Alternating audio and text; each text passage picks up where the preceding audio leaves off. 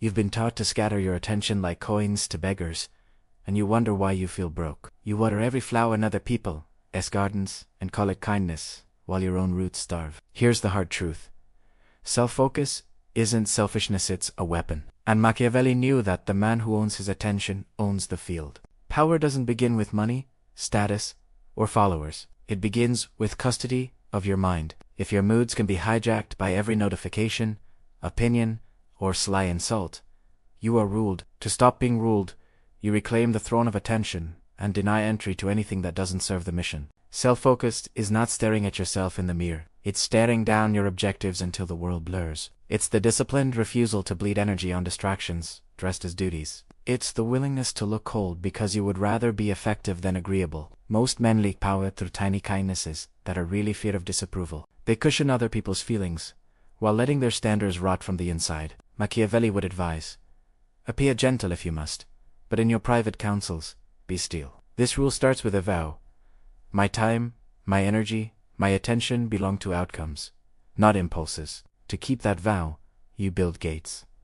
Schedules that repel chaos, boundaries that repel guilt, and metrics that repel fantasy. The world will test your gates with pity and praise, and both are traps when you crave them. You must decide which outcomes buy your future and which only rent your dopamine. If it won't matter in a year, it rarely deserves a day. If it won't matter in a day, it rarely deserves a minute. This arithmetic is brutal, but every empire is built with ruthless math. The first exercise is subtraction, not addition. Subtract one obligation that flatters your image but starves your goal, and you'll feel the pressure change in your chest. That pressure is power returning to the system that generated it. Understand that attention is not neutral.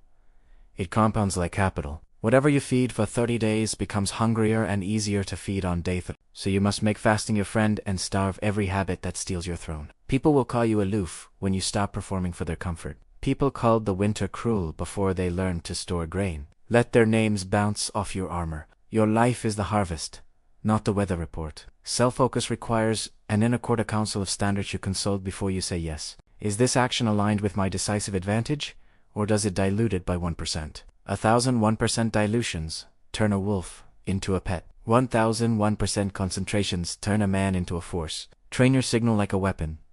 Calm face, steady breath, precise words. Reserve your smile for loyalty, not for strangers, and reserve your anger for strategy, not for display. If they can read you, they can move you. If they can move you, they can use you. Every morning, rehearse your mission aloud like a commander reading orders to the troops. Then plan the day in 3 decisive strikes, not 20 bleeding scratches.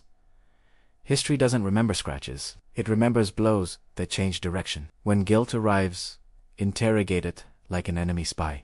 Ask what outcome it serves, and who benefits if you fold. If the answer is fog, you are being handled by ghosts someone planted in your head. Machiavelli would tell you, reality is not gentle with the unfocused, and reputation is not awarded for effort, but for effect. Your effect improves when you trim mercy from your calendar and add mercy to your results. People can forgive your boundaries when your work feeds them better than your compliance did. Silence is an instrument. Play it. Not every provocation deserves the tribute of a response, and not every question deserves the dignity of your clarity. When you speak less, each word arrives wearing armor. Simplicity is the spine of power. Write one rule on the wall. What I want most dictates what I do next. If your actions disagree with that sentence, you don't have a goal, you have a costume. Now, set the stage for battle with 3 rituals. A start ritual that flips your mind into war mode. A midday audit that kills drift. And an evening debrief that learns faster than your competitors. The start ritual is your trumpet. The audit is your compass. The debrief is your forge. Repeat them until they etch grooves in the brain where power flows without friction. Remember, self-focus is not isolation. It's intelligent investment. Spend yourself where the return is sovereignty. Skills that scale, relationships that respect, and systems that multiply. Everything else is charity paid with principle when you could be paying with interest. Make peace with being misunderstood. You are not building a shrine for public approval. You are building a machine that turns time into outcomes. The machine is loud at first, then quiet, then inevitable. If you want a mantra, take this. I do not chase. I choose. I do not perform. Primera proth, adi.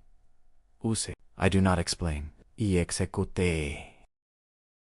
You have been taught to scatter your attention, like coins to beggars, giving pieces of yourself to anyone who asks. You pour energy into other people's gardens, watering their flowers, while your own roots quietly wither in the dark. And when your strength is gone, you wonder why nothing ever grows for you. Every morning begins with noise that doesn't belong to you: notifications, demands, and subtle manipulations. The world pulls at your mind with invisible strings, insisting that your focus should belong to everyone but yourself. And you call this endless distraction a normal life. But self-focus is not selfish in sit, is the coldest weapon you can ever forge in silence. Machiavelli understood that the man who controls his attention already controls the outcome of every battle, because when your mind is your own, no one else can write your destiny. Power never begins with wealth, armies, or the fleeting applause of crowds who forget your name tomorrow. It begins in the quiet discipline of ruling your thoughts, of refusing to let your mind be rented by others. That is where sovereignty is born. If your mood collapses with an insult or inflates with meaningless praise,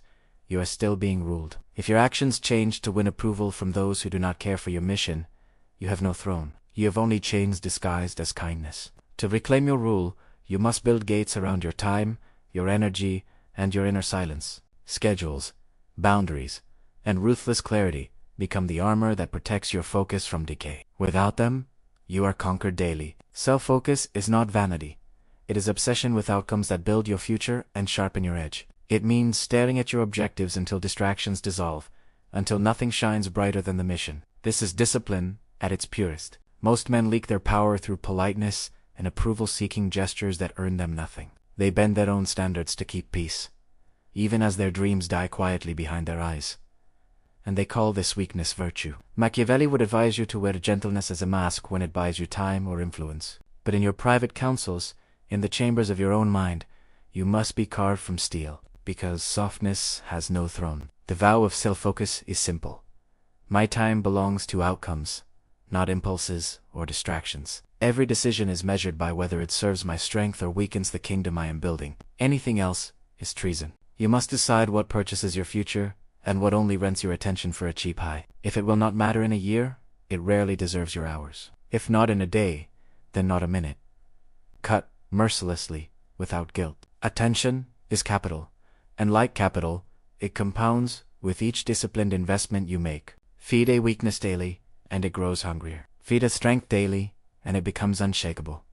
The choice is always yours. The world will call you cold, detached, even arrogant, when you stop leading yourself for approval. But the same people will come to rely on the strength you've built when their own focus collapses. Let their words slide like water. Self-focus requires an inner quarter set of non-negotiable standards that rule your every move. Each choice must be judged.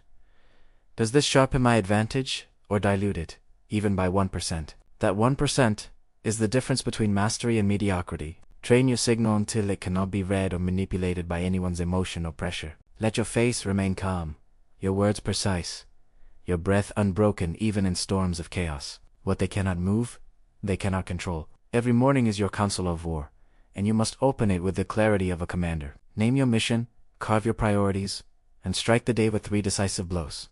Not 20 scratches. Only blows change history. When guilt whispers in your ear, interrogate it with the sharpness of an enemy spy. Ask who benefits if you bend, who profits if you abandon your own focus for their comfort. If the answer is unclear, the guilt is a trap.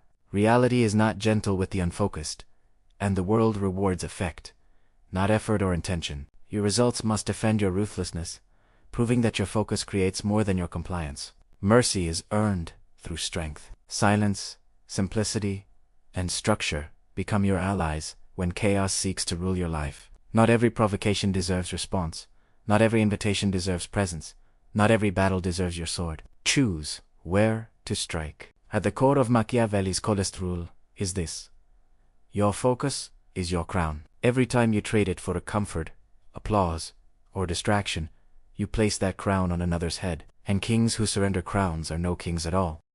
Raise your standards for entry into your mental world until only what compounds may pass. Let every meeting, message, and promise pay a toll in relevance, urgency, and return before it crosses your gates. The kingdom grows when the border hardens. Architect your day like a campaign, not a calendar, with battles you choose rather than skirmishes you inherit. Mark your red hours for deep conquest, your black hours for maintenance, and your gray hours for recovery and learning. Color is clarity your future self can trust. Adopt a war room ritual each week, where you confront truth without costume or excuse. Lay down your numbers, your misses, and your momentum, and decide which 3 strikes will move the frontier.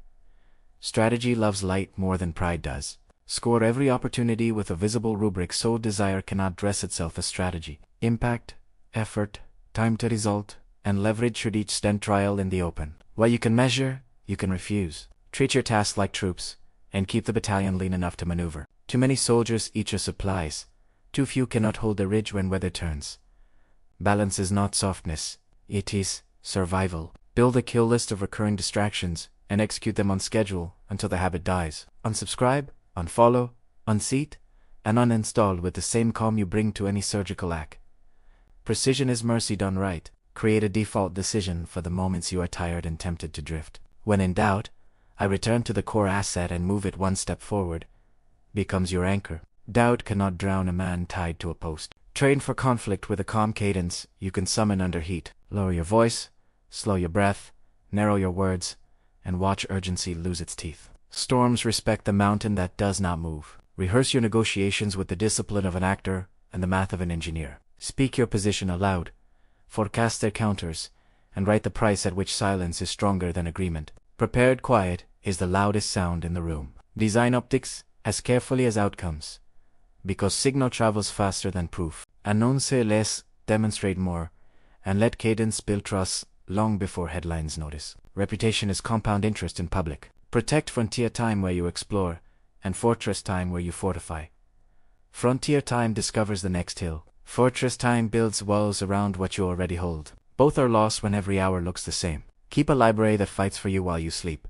Curated for judgment, not trivia. Read history for pattern, biography for posture, and technical texts for precision of hand. The mind is a workshop, not a museum. Translate emotion into procedure, so heat becomes movement rather than smoke. Anger becomes a checklist for boundary repair. Fear becomes a plan for redundancy. Envy becomes a study of advantage.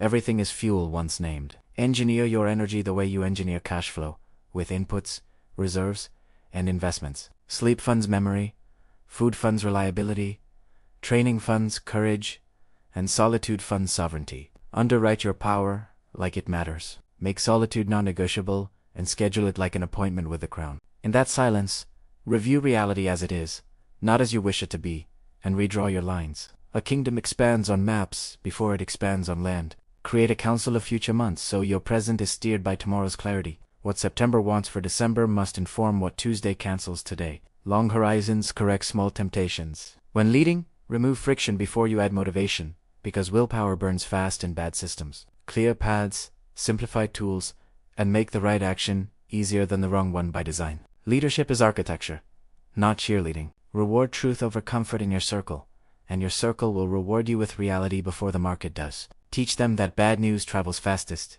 and earns safety, while sugar-coated news earns audits. Candor is the tax for belonging. Build a replacement plan for every role you depend on, including your own. No single failure should collapse the mission or hold it hostage to personality. Systems keep crowns steady when heads must change. Practice strategic absence to let your systems breathe without you. If everything breaks when you step away, you built a performance, not a machine. Real power scales in your silence. Anchor your finances to your focus by matching budgets to maps, not moods. Invest in tools, people, and assets that reduce noise or multiply output, and starve anything that flatters ego. Money is a mirror for discipline. Let your public words be few and weighted, with more steel than sparkle. Speak in decisions, not debates. In standards, not stories. In plans, not promises. Clarity beats charisma when the bill comes due. Use thresholds to protect momentum. A minimum of 1 hour, 1 asset, or 1 page on slow days. The bar is low enough to begin and high enough to matter, which is the only bar that wins. Starting is the bravest leverage. Externalize memory so the brain can think rather than warehouse. Checklists, dashboards, and written playbooks liberate cognition for judgment and creativity. A clear mind carries heavier loads. Run postmortems on victories with the same hunger you bring to losses. Ask which parts were skill, which parts were luck, and how to make luck irrelevant next time. Success is safest under interrogation, Cultivate allies with aligned incentives, rather than aligned. Charm changes with weather, but incentives shelter under structure when storms arrive. Design loyalty with math and respect. Do not borrow problems from rooms you do not plan to rule. If a debate does not shape your field or your future, let it pass like weather over stone. Presence is precious and finite. Embrace seasonal intensity rather than permanent grind. Cycle in between push and rebuild. Campaign hard, recover deliberately, and return sharper than those who never step back. Sustainable cadence beats heroic collapse. Train a second brain for pattern recognition in your domain until you can sense change before it speaks. Tiny anomalies, small delays, and subtle shifts should ring bells only you can hear. Edge lives in the margins. Protect your name with quiet, consistent deeds that make slander look foolish. Before it finishes its sentence, refute with results, not rebuttals, because arguments feed fires and outcomes drain oxygen. Time is your best lawyer. Teach your team to fight like craftsmen rather than crusaders. We win by precision, by standards, by iteration, and by the humility to fix what works less than it could. Ideology cannot hold a line. Craft can. When you must be feared for reliability and consequence, not for volatility. Predictable standards terrify the undisciplined more than random anger ever could. The stable blade cuts cleaner. Set a sunset check where the day pays you in learning even when output was thin. What one decision would have doubled today's effect, and how do you lock that into tomorrow's plan?